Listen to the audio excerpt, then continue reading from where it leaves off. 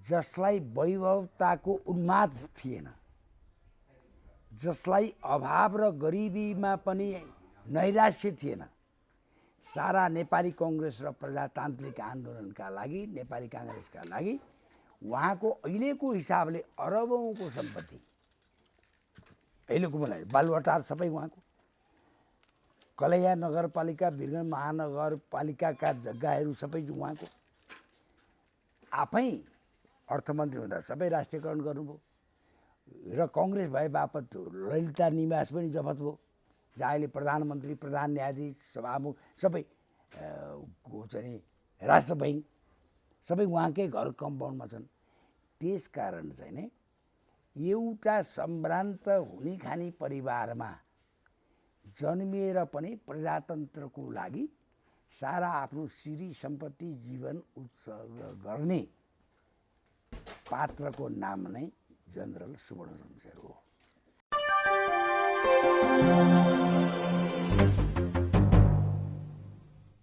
नेभी सङ्घका संस्थापक सभापति तथा पूर्व स्वास्थ्य मन्त्री विपिन कोइराला सरलाई स्वागत छ। धन्यवाद। अब सुवर्ण शमशेर राणा होइन, तपाईँको संस्मरणमा कति ताजा हुनुहुन्छ?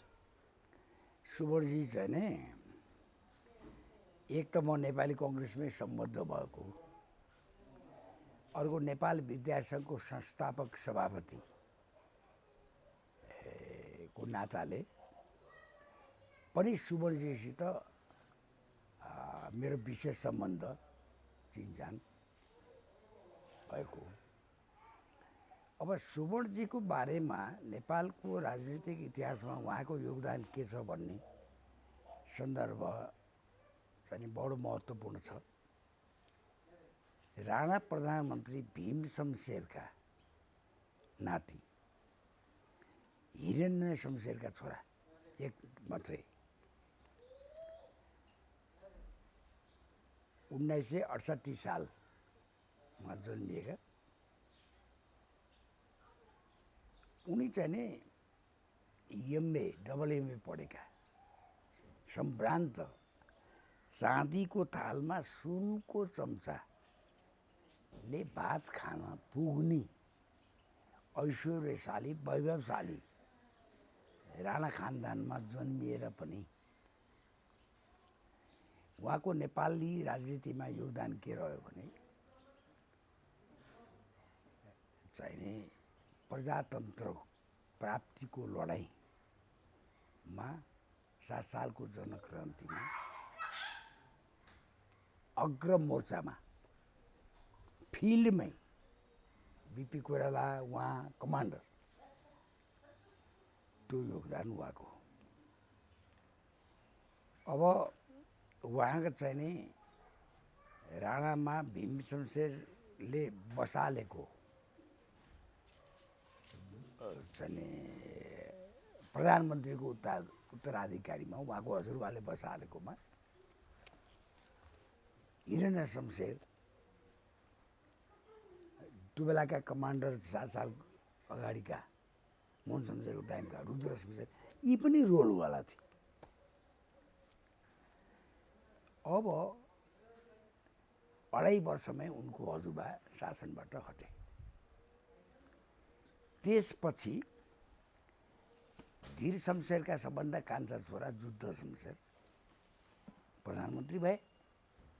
अनि राणाहरूको एबीसी क्लास जो वर्गीकरण हो, उनले मोहन शमशेरका छोरा बबर शमशेर, मोहन शमशेरको दबाबमा रोलबाट त्यो सिख क्लासका राणाहरूलाई हटाइदिने चाहिँ कानुन ल्याए युद्ध शमशेरले। अब त्यही युद्ध शमशेरकै टाइममा 97 साल प्रजाप्रसाद काण्ड घट्यो, गङ्गालाल शुक्रराज, धर्मभक्त दशरथ चन्दलाई फाँसी दिइयो, झुन्ड्याइयो। अब यी सबै परिस्थिति भयो। चरम दमनको चरम उत्कर्षमा चन्द्र शमशेर, युद्ध शमशेर गए। अब यो बेलामा सुवर्णजीको भूमिका त अब कलकत्ता निर्वाचनमा जानुभयो। महावीर शमशेर पनि उनको काका छोरा। अब यही बिचमा जुद्ध शमशेरलाई ज्योतिषीहरूले के सल्लाह दिए भने तिमी चाहिँ राजर्षि महाराज बन, तिमीलाई चाहिँ त्यो मान्छेको हत्या गरेको पाप लाग्छ भने जुद्ध शमशेर अलि भावुक मान्छे, उनी प्रधानमन्त्री छँदा खाँदैको 3 सालमा छोडिदिए र सुवर्ण शमशेरकै जेठो भाउ जो ऊ वैद्य ल्याइते र वैद्य पट्टिका पद्म शमशेरलाई प्रधानमन्त्री बनाएर जुद्ध शमशेर रिडी गए। त्यसपछि देहरादुनतिर लाए। पद्म शमशेर बडो कमजोर दिलका मानिस, अलिक उदारवादी, प्रधानमन्त्री हुने बित्तिकैमा म राष्ट्रको नोकर हुँ भनेर बोलिदिए। अलिक कडी कडाउ राणाहरूलाई मोहन शमशेर, बबर शमशेर, बहादुर शमशेरलाई त पछेन, लु खतम पार्यो पेलाई। अनि सुवर्णजी त भतिजो हिरण शमशेरको दाइ पद्म शमशेर, उनी चाहिँ धेरै पढे लेखेका पनि अलिकति सुधार गरौँ, ठुलो बाबु प्रधानमन्त्री छन् भन्ने हिसाबले सल्लाहकार जस्तो यहाँ बस्नुभयो। पढे लेखेका त्यही बेलाका चाहिँ एकदम एमए डबल एमए पढेको, अनि तर उनी अलि आत्मबल कमजोर भएका प्रधानमन्त्री थिए पद्म शमशेर। त्यसपछि यिनीहरूको यो पेलाइमा उनले खुट्टा दह्रो टेकेनन् अनि यिनी चाहिँ उपचार गर्ने बाहनामा राँची जान्छु भनेर गए। प्रधानमन्त्री बहाल हुँदै राजीनामा नदिई गइसकेपछि 3 सालदेखि 5 साल, 5 सालको कुरा।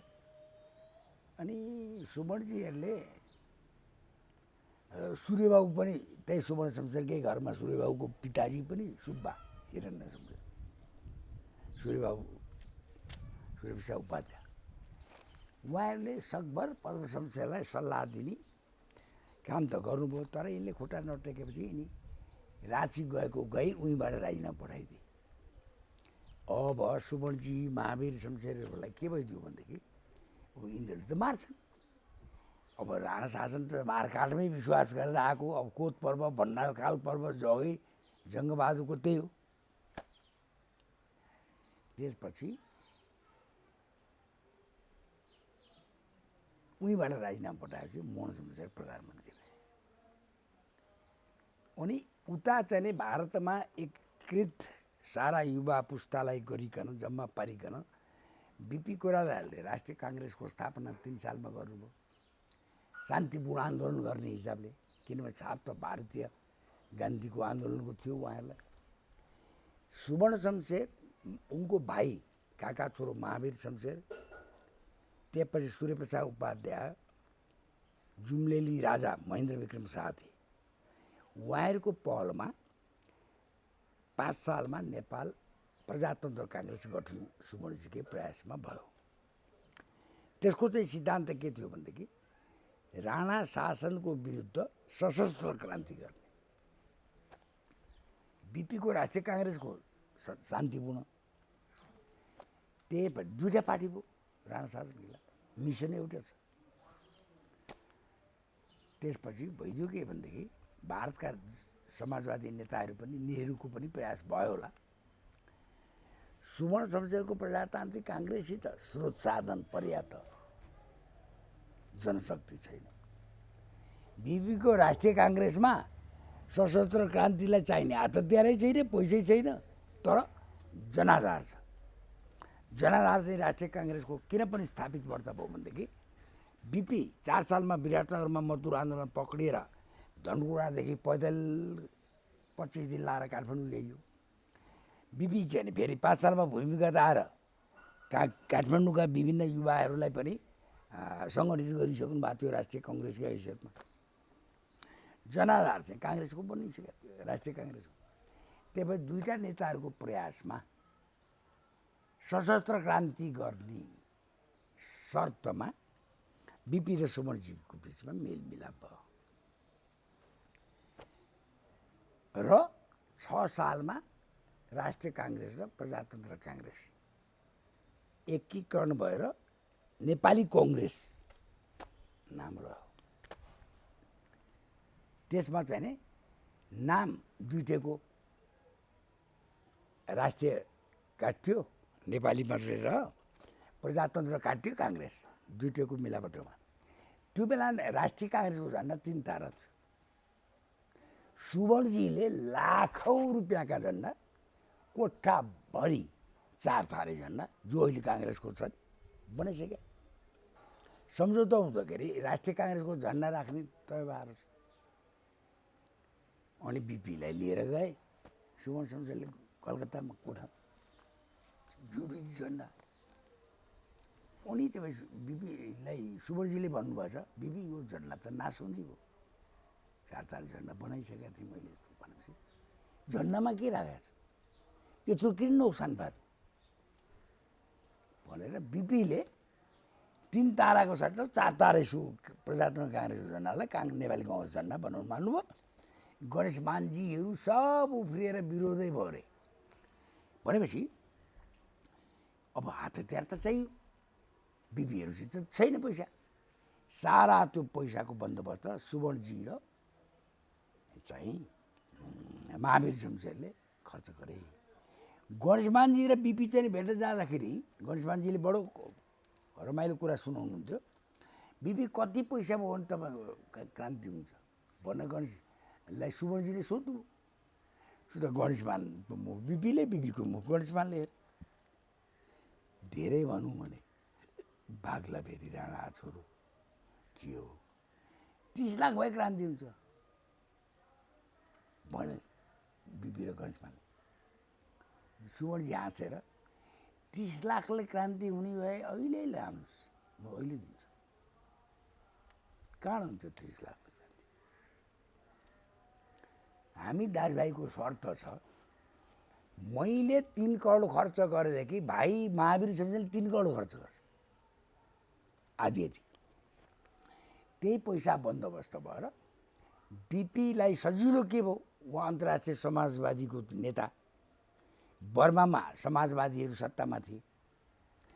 महावीर शमशेरको हिमालय एयरलाइन्स भन्ने प्लेन चलाएको छ इन्डियामा। अनि एक एसाइनमेन्ट चाहिँ फ्रीमा, अरू चाहिँ परल मूल्यमा हतियार दिने भन्ने हो। सुवर्णजी र महावीर शमशेरले व्यवस्था गरे र महावीर शमशेरको प्लेनले गएर ल्याए हात हतियार, जो मैले भने बोर्डरमा भारतका चाहिँ मुख्यमन्त्रीको सहयोगमा। यही हो। र नेपाली कङ्ग्रेसका सभापति मातृका प्रसाद कोइराला चाहिँ नि 7 सालका क्रान्तिका सर्वोच्च कमान्डर, तर भित्री रूपमा हात हतियारको परिचालन खर्च वर्च सबैको व्यवस्थापन गर्ने चाहिँ कमान्डर सुवर्णजी र बिपी कोइराला। सशस्त्र क्रान्ति सफल भयो र राणा काङ्ग्रेसको संयुक्त सरकारको उहाँ अर्थमन्त्री हुनुभयो र संसद छैन। उहाँको योगदान के हो भने संसद नभएको बेलामा मोहन शमशेर प्रधानमन्त्री, बिपी गृहमन्त्री, उहाँ अर्थमन्त्री, गणेशमानजी सूर्यप्रसादहरू मन्त्री। बजेट चाहिँ टुडी खेलमा खरीको बोट भन्ने थियो अरे पहिला, काटियो अहिले। त्यहाँबाट सार्वजनिक बजेट के आम्दानी जम्मा 3 करोडको आए भए। त्यो बेला भन्दा अगाडिका चाहिँ नेपालका श्री सम्पत्ति सबै राणा परिवारको लागि, नेपालका स्रोत साधन त जम्मै उनीहरूको सुखभोगका लागि खर्च हुन्थ्यो। त्यो बजेट सार्वजनिक रूपले संसद नहुनाले पब्लिकली उहाँले घोषणा गर्नुभयो। त्यो सरकार 9 महिना टिक्यो। त्यसपछि अनि चाहिँ नि मातृका बाबुको प्रधानमन्त्रीत्वमा नै सुवर्णजी मन्त्री भन्नुभयो, अर्थमन्त्री। अर्को बजेट पनि उहाँले ल्याउनु। अब त्यसपछि कच्छिङ्गल भयो, नेपाली कङ्ग्रेसबाट मातृका प्रसादलाई हटाइयो। अनि गणेशमानजी, सुवर्ण शमशेर र सूर्यप्रसाद उपाध्याय मातृका प्रसादको क्याबिनेटमा मातृकालाई काङ्ग्रेसबाट हटाएपछि बिपीको पक्षमा उहाँहरू तिनैजना क्याबिनेटबाट हट्नुभयो र 2012 सालमा वीरगन्जको अधिवेशनमा, सायद मलाई लाग्छ त्यो 5औं अधिवेशन हो, बिपीले सभापति पद छोड्नुभयो, सुवर्णजीलाई उम्मेदवार बनाउनु। नेपाली कङ्ग्रेसका दुईटा ठुल्ठुला नेताहरू सभापतिमा भिड्नुभयो 12 साल वीरगन्जको अधिवेशनमा, सुवर्ण शमशेर र गणेश मानजी। अब बिपीलाई हम्मे पऱ्यो सुवर्ण शमशेरलाई जिताउनु, किनभने सुवर्णजी त भद्र भलादमी शिक्षित सुशिक्षित पठित त गणेश मान बिपी जस्तो जनताबाट उठेको नेता त होइन, बाहिर पपुलर त छैन गणेश मानजी। तर सुवर्णजी जित्नुभयो, गणेश मानजी हार्नुभयो, तैपनि इमान्दार काङ्ग्रेस अन्तिमसम्म दुईटै नेता बस्नुभयो। र एउटा सुवर्णजीको कन्ट्रिब्युसन के हो नेपालको राजनीतिमा भने, नेपाली कङ्ग्रेसको उहाँ सभापति भएको वीरगन्ज अधिवेशनमा नेपाली कङ्ग्रेस समाजवादी पार्टी घोषणा भयो र अन्तर्राष्ट्रिय समाजवादी पार्टीको नेपाली कङ्ग्रेस त्यही बेलादेखिको सदस्य भयो। एउटा उहाँको योगदान यो। अर्को इन्ट्रेस्टिङ के भइदियो भनेदेखि, अनि राजाले मातृका सरकार अहिले महेन्द्र त्रिभुवनको 30 साल के अरे 11 साल चैतमा चाहिँ निधन भएपछि महेन्द्रबाट चाहिँ चैतमा मातृकाको सरकार भङ्ग भयो। त्यसपछि प्रत्यक्ष सरकार भयो। अनि कहिले टङ्कप्रसादलाई प्रधानमन्त्री राजाले बनाए, कहिले चाहिँ फेरि 1.5 वर्षपछि हटाएर डाक्टर केसी सिंहको सरकार बनाए। अन्यल भयो राजनीतिको। संविधान सभाको त चुनाव त्रिभुवनदेखि नै हट्दै गयो, महेन्द्र सरकारबाट पनि भएन। नेपाली कङ्ग्रेसले चाहिँ नि त्यो बेलाको रेग्मीको राष्ट्रिय काङ्ग्रेस, टङ्कप्रसाद आचार्यको प्रजा परिषद, उनीहरू नगण्य अस्तित्वका भए पनि एउटा प्रजातान्त्रिक मोर्चा बनाएर चुनाव गराउनका लागि दबाब दिइयो। बल्ल बल्ल राजा महेन्द्र चाहिँ संसदको चुनाव गराउन चाहिँ तयार भए। संविधान सभाको चुनावमा राजासित कुस्ती खेल्ने कि एउटा प्रजातान्त्रिक ढाँचा अझ अघि बढाउने। 7 सालको क्रान्तिपछि त प्रजातन्त्रको चाहिँ प्रक्रिया नै अवरुद्ध हुँदै गयो। भइगयो, राजासित किन कुस्ती खेल्ने, राजा र सित मिलेर प्रजातान्त्रिक प्रक्रिया चाहिँ अगाडि बढाउने भन्ने नेपाली कङ्ग्रेसले निधो गर्यो। अनि 13 सालतिर सुवर्णजीलाई के लाग्यो भने मलाई सभापति बिपीले बनाउनु भयो, अब यो चुनाव गर्दाखेरि मबाट पार लाग्दैन। त्यसका विशेष महाधिवेशन विराटनगरमा काङ्ग्रेसको बोलाइयो। त्यो 6औं बोलाइसकेपछि अनि सुवर्णजीले म पार्टी सभापतिबाट राजीनामा दिन्छु, चुनावी सरकारमा नेपाली कङ्ग्रेसलाई जिल्ला जिल्ला गाउँ गाउँ घुमेर सुसङ्गठित गर्ने काम चाहिँ मबाट पार लाग्दैन। त्यो बिपी कोइरालाले मात्रै सक्नुहुन्छ। त्यसकारण बिपी कोइरालालाई सभापति बनाउने शर्तमा चाहिँ म पार्टीको सभापति छोड्छु भन्नु हो 50 सालको चुनावको मुखमा। त्यसपछि अनि सर्वसम्मत बिपी कोइराला सभापति हुनुभयो। अनि 14 सालमा जेठमा 15 साल फागुन 7 गते आम निर्वाचन तोकियो। अब राजा महेन्द्रले बिपी तपाईँ नै प्राइम मिनिस्टर हुनुहोस् र चुनाव गराउनुहोस् भन्ने प्रस्ताव राजाबाट राखेपछि बिपीले के भन्नुभयो भने सरकारलाई प्रधानमन्त्री मभन्दा सुवर्णजी सजिलो हुन्छ, चुनावी सरकारको प्रधानमन्त्री सुवर्ण शमशेर हुनुहुन्छ भनेर बिपीकै प्रस्तावमा सुवर्णजी मन्त्री परिषदको अध्यक्ष हुनुभयो। चाहिँ भएपछि तर शर्त के थियो त्यो बेला भने सर्वदलीय नेपाली कङ्ग्रेसको अध्यक्ष सुवर्णजी, टङ्कप्रसाद आचार्य प्रजा परिषद, उता राष्ट्रिय काङ्ग्रेसका दिल्ली रमण रेग्मी, फेरि राजाका मान्छे तान्छे गुन्जमान को संयुक्त सरकार चुनावी सरकार बन्यो।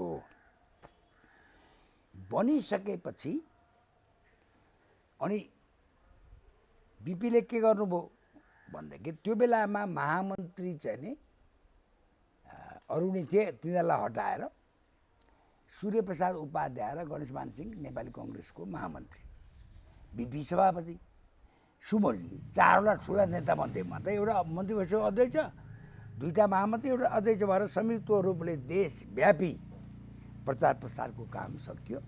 चुनाव सिद्धियो। नेपाली कङ्ग्रेसले 74 सिट जित्यो, 109मा 2/3 बढ्दा बहुमत ल्यायो। तर राजाले सरकार गठन गर्नका लागि बोलाउँदैन र को प्रधानमन्त्री भने सुवर्ण शमशेर कि बिपी भन्ने अन्यलको स्थिति देखियो। तर अलिकति राजा महेन्द्रलाई र भारतलाई पनि अनुकूलको चाहिँ सुवर्णजी हुनुहुन्थ्यो। दुवैतिर राम्रो सन्तुलित सम्बन्ध। त्यही कारण तपाईँ नै हुनुहोस् प्रधानमन्त्री भनेर बिपीले भन्दा होइन, राणा शासन सक्यो। अर्को कुरा चाहिँ नि फेरि राणा नै प्रधानमन्त्री जनताले छानेको, त्यो पनि इमेज राम्रो हुँदैन। अर्को मैले त चुनाव सम्पन्न गरायो हो, नेपाली कङ्ग्रेसलाई 2/3 बढ्ता जिताउने प्रयास र मेहनत तपाईँको हो। त्यस कारण तपाईँ नै प्रधानमन्त्री हुनुहुन्छ पर्छ भन्ने सुवर्णजीको प्रस्ताव र गणेशमानको समर्थन। उपनेता उप प्रधानमन्त्री को प्रस्ताव चाहिँ उसको गणेशमानजीको प्रस्ताव, सुवर्णजीलाई उपनेता र महोत्तरीबाट जित्या रामनारायण मिश्रको समर्थनमा उप प्रधानमन्त्री र अर्थमन्त्री सुवर्णजी हुनुभयो। र त्यही सुवर्णजीको अर्थमन्त्री काल नेपालको इतिहासमा अद्यावधि स्मरणयोग्य छ। त्यही बेलामा हो वीरता उन्मूलन, राज्य रजौटा उन्मूलन, त्यसपछि चाहिँ नि यो इन्कम ट्याक्स लगाएको र भारत र नेपाली मुद्रा अस्थिर थियो। 100 भारूको 160 नेहरू बनाउने काम पनि त्यही सुवर्णजी अर्थमन्त्री हुँदाको, जो अद्यावधि छ। र सुवर्णजीकै अर्को योगदान के भन्दाखेरि पहिलो राष्ट्र बैङ्कको, त्यो बेला खजान्ची भन्थे, राष्ट्र बैङ्कको पहिलो गभर्नर उहाँ अर्थमन्त्री हुँदा हिमालय शमशेरलाई बनाउनु। त्यति मात्रै योगदान होइन, अर्को योगदान नेपाली कङ्ग्रेस सरकारको के भइदियो भने त्यो बेलासम्म कलेजकोमा आइए बिए एमएका जान्दिनका लागि यहाँ पढे पनि मान्छे कहाँ जान्थे, पटना युनिभर्सिटीसित सम्बन्धन थियो। त्रिभुवन विश्वविद्यालय स्थापना नेपाली कङ्ग्रेस सरकारले गर्यो 16 सालमा। र त्यसको कुलपति चाहिँ नि श्रीपाद त्रिभुवनका श्रीमती दुईटा महारानी, मुहाबडा महारानी कान्ति र ईश्वरी, त्यसको पहिलो भाइस चान्सलर को हुनुभयो भने सुवर्णजी। त्यस रूपले एउटा विश्वविद्यालय स्थापनाको कुरामा होस्, इन्कम ट्याक्सको एउटा चाहिँ प्रगतिशील करको व्यवस्था होस्, आफै जमिनदार आफैबाट जाने वीरता उन्मूलनका प्रस्ताव, यी सबै नेपालको इतिहासमा उहाँको चाहिँ नमेटिने छाप हुन्। यही बिचमा 1.5 वर्षपछि 17 साल पुष्य गतेको घटना घट्यो। त्यसपछि चाहिँ सुवर्णजी 2 दिन पहिला कलकत्तामा बिजनेस व्यापार पनि थियो, गएको मौकामा पुष्य गते बिपीहरू सबै थुनामा पर्नुभयो। त्यसपछि त काङ्ग्रेसको त भाग भाग, कोही जेलमा, कोही भाइ हिन्दुस्तानमा। अनि नेपाली कङ्ग्रेसका मानिसहरू पटनामा भेला भए। भेला भएर बिपी जेलमा भएपछि नेपाली कङ्ग्रेसको कार्यकारी सभापति, कार्यवाहक सभापति सुवर्णजीलाई बनाए र पञ्चायत व्यवस्थाको खिलाफ सुवर्णजीले सशस्त्र क्रान्ति गर्ने नेपालको नेतृत्वमा सशस्त्र क्रान्तिको सुरुवात भयो। धेरै ठाउँमा छिटपुट घटनाहरू पनि भए। तर दुर्भाग्यवश त्यही बिचमा के भइदियो भने 1962मा भारत चीन लडाइँ भयो। भारतमै आश्रित छ। पहिला 7 सालको पनि भारतमै आश्रित नेपाली कङ्ग्रेसले क्रान्ति गरे। अहिले पनि सुवर्णजी कहाँ त भारतमा। भारतको सरकारलाई पनि असिलो भयो। चिनसित लड्नु कि अब यहाँ यो नेपाली कङ्ग्रेसवालामा आँखा चिम्लिनु। त्यस कारण चाहिँ नि सुमनजीले सशस्त्र क्रान्ति बन्द गर्नु, स्थगन गर्नु।